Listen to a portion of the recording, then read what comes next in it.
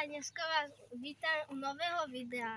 Dneska sa budeme od henťav spúšťať z toho kopca a budeme tam robiť kraviny a tu je Rudko, tam je Tomáš. Čaute. A tam je neodhalený kameraman, ktorého odhalíme, až keď dáte 10 odberateľov. Dobre. Takže ideme na video. Ja budem Aurelovi ukazovať, či ide zo smeru cesty. Lajky znamenajú, že je to v pohode, že môžete ísť. Máte testovací subjekt. Dobre, môžeme. Doplňuje energiu.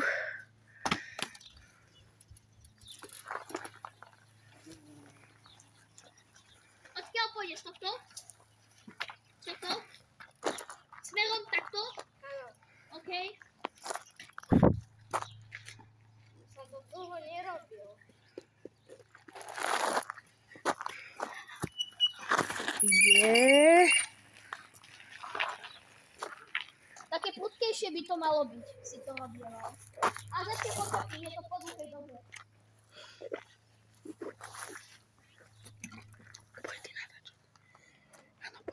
Jedna strana je zlá, nie.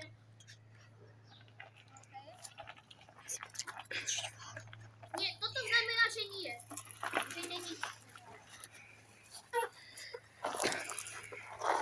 Tak aká je ponikla?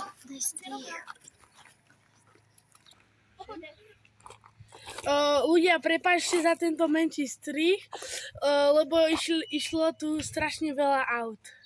Dobre, teraz sa môžeme presunúť na to hlavnejšie. Nie. A, dobre, môžeme. Môžeme.